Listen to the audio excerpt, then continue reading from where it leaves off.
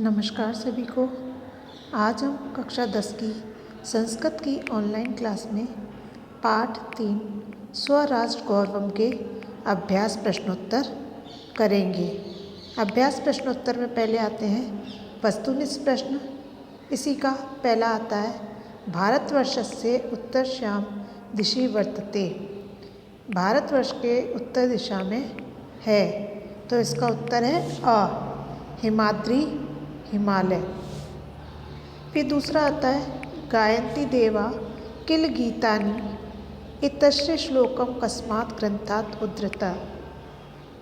देव गीत गाते हैं, ये श्लोक किस ग्रंथ से लिया गया है? विष्णु पुराणात्। फिर अगला प्रश्न आता है अपि स्वर्णमयी लंका इत्यादो का कम प्रति ब्रूते। ये सोने की लंका मुझे अच्छी नहीं लगती, ये किसने और किससे कहा था? तो ये राम लक्ष्मणम प्रत्यय। फिर अगला प्रश्न आता है 4 समान संस्कृति मिताम जनानाम पितृभू किम निगदते। तो इसमें हो जाएगा सही उत्तर एकम राष्ट्रम।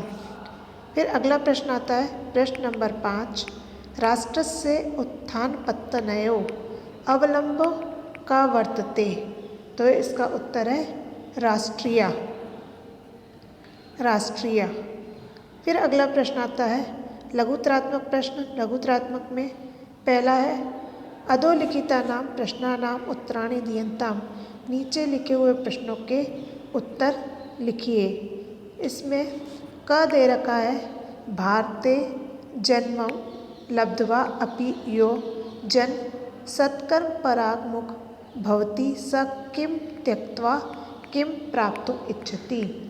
भारत में जन्म लेकर भी जो मनुष्य सत्कर्मों से विमुख रहता है वह क्या त्याग कर क्या प्राप्त करना चाहता है?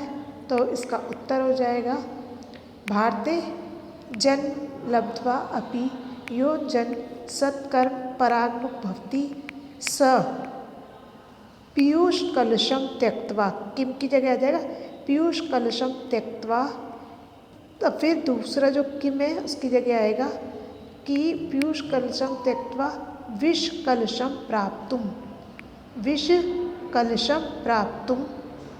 प्राप्तुम इच्छति। यानी भारत में जन्म लेकर के जो व्यक्ति सत्कर्म से विमुख होता है वह अमृत के घट को त्याग करके विष कुंभ को प्राप्त करता है, विष के घट का पान करता है। दूसरा प्रश्न आता है विद्याया प्रकार द्वय किम अस्ति। विद्या के 2 प्रकार कौन से हैं? तो विद्याया प्रकार द्वय अस्ति शस्त्र विद्या शास्त्र विद्या च। विद्या के 2 प्रकार शस्त्र विद्या और शास्त्र विद्या है। प्रश्न 3 आता है पृथ्व्यां सर्वमानवा स्वस्वचरित्रम कस्य सकाशात् शिक्षरेण। पृथ्वी पर सभी मानव अपने अपने चरित्र की शिक्षा किससे ग्रहण करते हैं?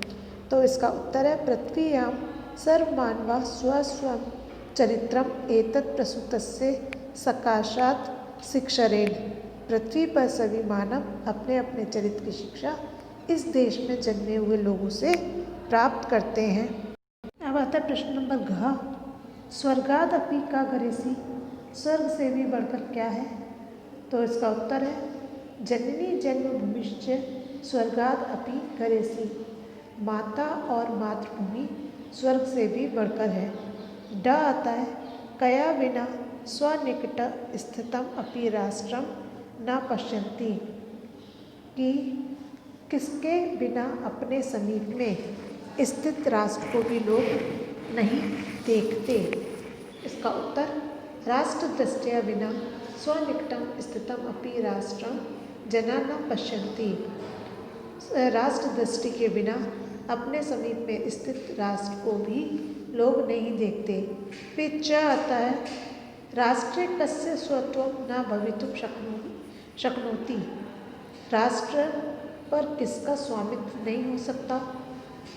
पितृभूत्वं पुण्यभूत्वं द्वयस्य यस्य न विद्यते तस्य राष्ट्रे स्वत्वं न भवितुं शक्नोति। पिता की भूमि और पुण्य भूमि का, ये दो भाव जिनके नहीं होते राष्ट्र पर उनका स्वामित्व नहीं हो सकता। फिर आता है 6, शास्त्र चर्चा कदा प्रवर्तते। शास्त्र चर्चा कब प्रवर्त होती है? यदा राष्ट्र शस्त्रेण सुरक्षितम भवति तदा शास्त्र चर्चा भवति। जब राष्ट्र शस्त्र से सुरक्षित होता है तब शास्त्र चर्चा होती है। अब आता है प्रश्न नंबर 2, क खंडम ख खंडेन संयोजित। क खंड को ख खंड के साथ में मिलाना है। तो यहाँ पर इसका उत्तर, अब क खंड में दे रखा है भारत, तो भारत को भारती से मिलाना है। फिर है राष्ट्रम, राष्ट्र को राष्ट्रीय से मिलाना है। फिर आता है विद्या, विद्या को शस्त्र शास्त्रम च, शस्त्रम शास्त्रम च से मिलाना है। फिर हिमालय, हिमालय को हिमाद्री से, यावती, यावती को तावती से, यस्य, यस्य को तस्य से मिलाना है। फिर अगला प्रश्न आता है प्रश्न नंबर 3। प्रश्न नंबर 3 आता है कि अधस्तना स्तन पदानां विलोम पदानि पाठा चित्वा लिखन्तु। नीचे लिखे हुए पदों के विलोम पद पाठ में से छाट करके लिखिए। बच्चों, जो यहाँ पर आपके चैप्टर में दे रखा है उसमें लिखा हुआ है पाठ में से छाट करके लिखिए, लेकिन जो परीक्षा में प्रश्न आता है वो कभी भी इस तरीके से नहीं आता कि पाठ में से छाट के लिखिए। फिर आएगा अधस्तन पदानां विलोम पदानि लिखन्तु। तो पहला है यहाँ पर उत्तरम, तो उत्तरम का विलोम शब्द हो जाएगा दक्षिणम, दक्षिणम। फिर आपका अगला प्रश्न आता है लघ्यसी, लघ्यसी का हो जाएगा गरियसी। फिर आता है हमारा अगला प्रश्न, अब आता है अगला अप्राप्य, तो अप्राप्य का हो जाएगा संप्राप्य। उत्थानम, उत्थानम का पतनम। मरणम, मरणम का जन्म। अनालव्यम, अनालव्यम का हो जाएगा लब्धवा। फिर अनावृत्य, अनावृत्य का हो जाएगा आवृत्य। अब आता है हमारा प्रश्न नंबर 4, अधस्तन वाक्येषु स्थूल पदम आधृत्य प्रश्न निर्माणम कुरुत। नीचे लिखे हुए वाक्यों को आधार बना करके प्रश्न निर्माण कीजिए। पहला जिसमें दे रखा है हिमालयात समारभ्य इंदु सरोवरम यावत। यहाँ पर आपके हिमालयात के नीचे अंडरलाइन है, तो इसको आधार बना करके इसमें जो आपकी विभक्ति और वचन है वही किम शब्द की विभक्ति वचन लगा करके प्रश्न बनाना है। तो यहाँ पर हो जाएगा कस्माद, बन जाएगा कस्माद, कस्माद समारभ्य इंदु सरोवरम यावत, और पीछे क्वेश्चन मार्क लग जाएगा।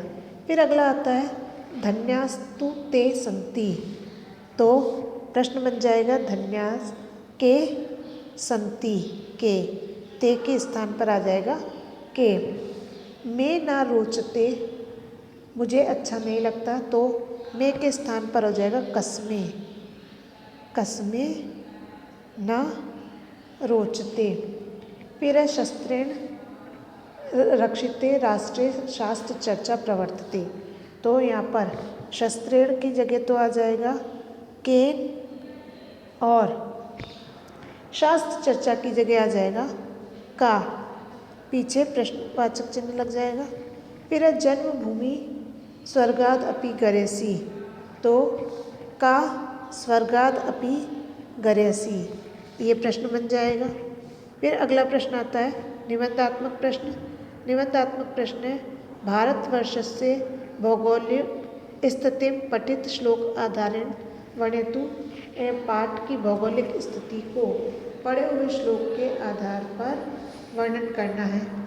इसमें दे रखा है भारतवर्षम नाम राष्ट्रम समुद्रस्य उत्तरश्याम हिमालयस्य च दक्षिणश्याम दिशि स्थितः, अर्थात हिमालयात् इंदु सरोवरम पर्यंत हिंदुस्तानम नाम राष्ट्रम अस्ति। यानी कि हम इसका अर्थ देखें हिंदी में, तो भारतवर्ष नाम का राष्ट्र समुद्र के उत्तर में और हिमालय के दक्षिण में स्थित है, अर्थात हिमालय से हिंद महासागर तक हिंदुस्तान नाम का राष्ट्र स्थित है। फिर दूसरा प्रश्न आता है, पठित श्लोकम आदृत्य राष्ट्रस्य परिभाषा लिखन्तु। पठित श्लोक के आधार पर राष्ट्र की परिभाषा लिखें। तो समान संस्कृति मिताम यावती पितृभू पुण्यभू भवती तावती भुवम आवृत्य राष्ट्र एकम कथ्यते। समान संस्कृति वालों की जितनी पैतृक भूमि होती है उतनी ही भूमि राष्ट्र कहलाती है। अब प्रश्न नंबर 3 आता है, एतत् प्रसुप्तस्य सर्वमानवा इति पद्यम हिंदी भाषाया अनुदत्त। यानी कि इसको आपको हिंदी में अनुवाद करना है। जो आपके श्लोक नंबर 5 दे रखा है उसका हिंदी अनुवाद आपको करके देखना है। फिर है, भारतवर्षस्य प्रशंसायाम एकम पद्यम लिख्यताम।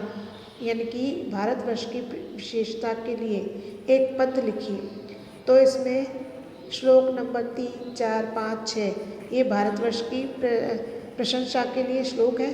जो मैंने आपको हिंदी अनुवाद वाला वीडियो बताया है उसमें आप श्लोक 3, 4, 5 और 6 इसके लिए देखें। और प्रश्न नंबर 3 में श्लोक नंबर 5 का हिंदी अनुवाद देखें वीडियो में, हिंदी अनुवाद वाले में। अब आते हैं हमारे अगले प्रश्न, व्याकरणात्मक प्रश्न। व्याकरणात्मक प्रश्न में पहला प्रश्न आता है, अधोलिखितेषु लिखित पदेषु संधि विच्छेदम कृत्वा संधि नामोल्लेख करणीय। नीचे लिखे हुए पदों में संधि विच्छेद करके संधि का नाम लिखना है। पहला है चेव। चेव का संधि विच्छेद करेंगे तो हो जाएगा च प्लस एव, और इसमें संधि हो जाएगी वृद्धि। वृद्धि संधि है। फिर दूसरा है धन्यास्तु। इसका संधि विच्छेद करेंगे तो हो जाएगा धन्या प्लस तु, और हो जाएगी विसर्ग संधि। विसर्ग संधि। अब आता है अगला तीसरा, भवतः सर्वदा। तो इसका संधि विच्छेद करेंगे तो हो जाएगा भवतः त प्लस सर्वदा। सर्वदा और विसर्ग संधि। विसर्ग संधि। फिर अगला आता है जन्मभूमि। तो इसमें जब इसका संधि विच्छेद करेंगे तो जन्मभूमि का हो जाएगा जन्मभूमि प्लस च। जन्म आधा ना आ जाएगा जन्म भूमि प्लस च। ये भी आपकी विसर्ग संधि का उदाहरण है। फिर है भारतम नाम। भारतम नाम में संधि विच्छेद करेंगे तो हो जाएगा भारतम प्लस नाम। अब अगला प्रश्न आता है हमारा प्रश्न नंबर 2, निम्नलिखितेषु पदेषु प्रत्यय निर्देशनम करणीयम।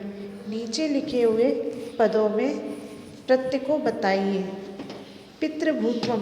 पितृभूत्वम में त्व प्रत्यय है। त्व प्रत्यय। पुण्यत्व में त्व प्रत्यय। स्वत्व में त्व प्रत्यय। शिक्षणीय। अब शिक्षणीय में अनियर प्रत्यय है। अनियर। फिर अगला आता है आवृत्य। आवृत्य में आ उपसर्ग वृत्त धातु और ल्यप प्रत्यय। ल्यप प्रत्यय। फिर भवितुम। भवितुम में भू धातु और तुमून प्रत्यय। अवलंबे। अवलंबे में अ उपसर्ग लम धातु और ल्यप प्रत्यय। हित्वा। हित्वा में हा प्लस त्वा। त्वा। फिर है गरेसी। गरेसी में गुरु प्लस यसुन प्लस गरियस से प्लस ई। प्लस ई। फिर आता है अगला संस्कृति मिताम। संस्कृति मिताम में संस्कृति प्लस मतूप। मतूप हो जाएगा संस्कृति प्लस मतूप। अब अगला प्रश्न आता है हमारा प्रश्न नंबर 3। प्रश्न नंबर 3 है अधोलिखिता नाम समस्त पदानाम समास विग्रह करणीयम। नीचे लिखे हुए समस्त पदों का समास विग्रह कीजिए। तो पहला है हिमाद्री, तो इसका हो जाएगा हिमस्य अद्रि। फिर है देव निर्मितम, तो देवे निर्मितम। विश्व भांडम, तो इसका हो जाएगा विशस्य भांडम, समास विग्रह। फिर उत्थान पत्तने, उत्थान पत्तने का हो जाएगा उत्थानम च पत्तनम च। फिर आता है पांचवा शास्त्र चर्चा, तो हो जाएगा शास्त्राणाम चर्चा। अब आता है हमारा अगला प्रश्न, प्रश्न नंबर 4। अधोलिखितेषु पदेषु मूल शब्द विभक्ति वचनानाम निर्देश करणीय। नीचे लिखे हुए पदों में मूल शब्द विभक्ति वचन को बताना है। तो पहला है समुद्रस्य, समुद्रस्य में समुद्र शब्द है, षष्ठी विभक्ति और एक वचन है। हिमाद्रे, हिमाद्रे में हिमाद्री शब्द, षष्ठी विभक्ति एक वचन है। हिमालयात, हिमालयात में हिमालय पंचमी विभक्ति एक वचन है। देशम, देशम में देश द्वितीय विभक्ति एक वचन है। फिर पुरुषा, पुरुषा में पुरुष प्रथमा विभक्ति और बहुवचन है। फिर है प्रसूतस्य, प्रसूत शब्द है, षष्ठी विभक्ति एक वचन है। सकाशात, सकाशात में सकाश शब्द है, पंचमी विभक्ति है एक वचन है। फिर है दृष्टिम, दृष्टिम में दृष्टि शब्द है, द्वितीय विभक्ति है और एक वचन है। फिर आता है इसके नवा यया, यया में यद शब्द है, यद स्त्रीलिंग में। फिर तृतीय विभक्ति एक वचन है। यस, ये यद पुल्लिंग शब्द है, षष्ठी विभक्ति एक वचन है। फिर है तस्य, ये तद पुल्लिंग है, षष्ठी विभक्ति एक वचन है। फिर है राष्ट्रीय, राष्ट्रीय में राष्ट्र शब्द है, सप्तमी विभक्ति है एक वचन है। राष्ट्रीय, राष्ट्रीय। वे राष्ट्रीयान, राष्ट्रीयान में राष्ट्रीय शब्द है, द्वितीय विभक्ति बहुवचन है। फिर है विद्ये, विद्ये में विद्या शब्द है, प्रथमा विभक्ति द्विवचन है। फिर है शस्त्रेण, शस्त्रेण में शस्त्र शब्द है, तृतीय विभक्ति एक वचन है। फिर आता है हमारा अगला प्रश्न, प्रश्न नंबर 5। निम्नलिखितेषु पदेषु धातु लकार पुरुष वचनानाम निर्देशनम कुरुत। नीचे लिखे हुए पदों में धातु लकार पुरुष वचन लिखिए। फिर इसमें गायंती, गायंती में गे धातु है, लट लकार है, प्रथम पुरुष बहुवचन। भवंती में भू धातु लट लकार प्रथम पुरुष बहुवचन। फिर रोचते, रोचते में रुच धातु लट लकार प्रथम पुरुष एक वचन। फिर पश्यन्ति, इनमें दृश धातु लट लकार प्रथम पुरुष बहुवचन। विद्यते, विद्यते में विद्ध धातु लट लकार प्रथम पुरुष एक वचन। अहर्ति, अहर्ति में अह धातु लट लकार प्रथम पुरुष एक वचन। फिर भवत, भवत में भू धातु लट लकार प्रथम पुरुष द्विवचन। प्रवर्तते में प्र प्लस व्रत, प्र उपसर्ग व्रत धातु और लट लकार प्रथम पुरुष एक वचन। अब आता है हमारा छठा प्रश्न। छठा प्रश्न है अधोलिखितेषु पदेषु यथा निर्देशम रूप परिवर्तनम कृत्वा लिखन्तु। नीचे लिखे हुए पदों में निर्देश के अनुसार रूप परिवर्तित करके लिखिए। यहाँ पर दे रखा है समुद्रस्य, समुद्रस्य को सप्तमी व्यक्ति बहुवचन में लिखना है, तो हो जाएगा समुद्रेषु। फिर है गायंती, इसको लोट लकार प्रथम पुरुष बहुवचन में लिखना है, तो हो जाएगा गायन्तु। राष्ट्रम, राष्ट्रम को षष्ठी व्यक्ति बहुवचन में लिखना है, तो राष्ट्रानाम।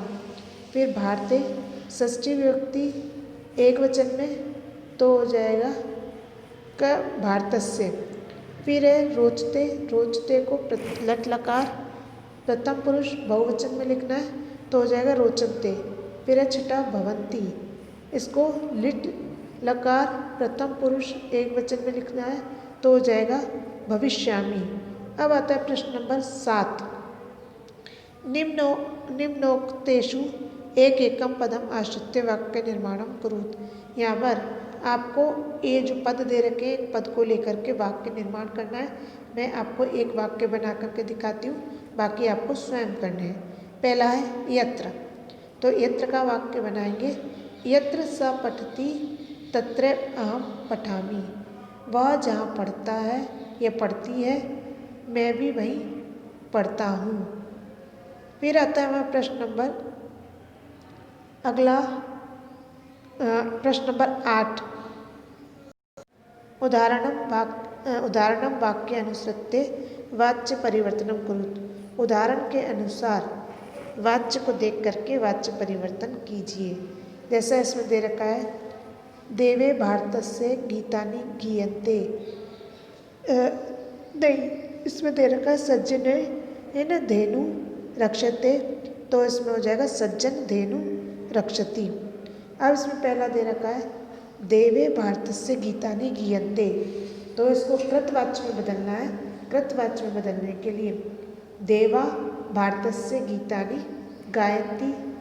फिर दूसरा हो जाएगा अस्माभि देश प्रणम्यते, तो हो जाएगा वयम देशम प्रणमाम। फिर तीसरा आता है पुण्य आत्मना भारते जन्म लभ्यते, तो पुण्य आत्मना भारते जन्म लभते। राष्ट्रभक्तेन राष्ट्र पूज्यते स्वकर्मणा। राष्ट्रभक्त राष्ट्र पूजते स्वकर्मणा। फिर है मया माता वंदते, तो अहम मातर वंदते। बच्चों, तो हमारे ये थे अभ्यास प्रश्नोत्तर जो मैंने आपको समझाए। उम्मीद है आपको समझ में आए होंगे। इसी के साथ में धन्यवाद।